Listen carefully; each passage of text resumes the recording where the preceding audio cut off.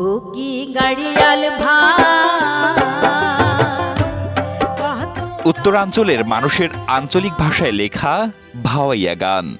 গানগুলোতে স্থানীয় সংস্কৃতি, জনপদের জীবনযাত্রা, তাদের কর্মক্ষেত্র, সাংসারিক কলহ, প্রেম ও বিরহের সুর আঞ্চলিক ভাষায় ফুটে ওঠে। ভাওয়াইয়া মূলত বাংলার লোকগীতি। বাংলাদেশ, ভারত ছাড়াও বাংলা ভাষাভাষী মানুষের মনে ভাওয়াইয়া গানের কথা ও সুরের জন্য পরিচিত।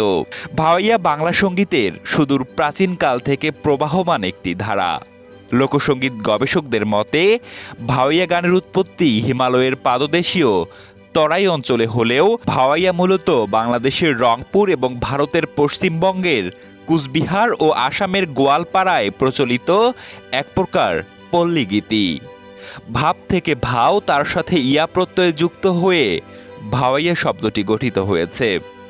সাধারণত প্রবাহমান ব্রহ্মপুত্র, ধরলা ও তিস্তা অববাহিকায় নদী ভাঙ্গন, প্রাকৃতিক অনুষঙ্গ, কৃষি ব্যবস্থায় বসবাসকারী মানুষের বেদনা, শ্রেণী শোষণ, সংগ্রামের জয় পরাজয় এবং এ অঞ্চলের ইতিহাস ও সংস্কৃতির কথা কখনো গানের সুরে, কখনো বা কথায় গেঁথে তোলেন ভাওয়াইয়া শিল্পীরা।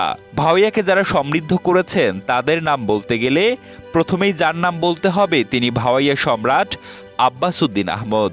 তাছাড়া ভাওয়াইয়া যুবরাজ কসিম উদ্দিন, ভাওয়াইয়া সম্রাজ্ঞী প্রতিমা বড়ুয়া পাণ্ডে, প্রণব কুমার সত্যব্রত, হরলাল রায় এবং একালের ভূপতিভূষণ বর্মা, স্বপ্না রায়, শফিউল আলম রাজা, পারুল রায়, মোস্তফা জামান আব্বাসী, ফিরদৌসী রহমান আব্বাসী ও শফিউল ইসলাম শফিরা ধরে রেখেছেন ভাওয়াইয়ার স্বকীয়তাকে।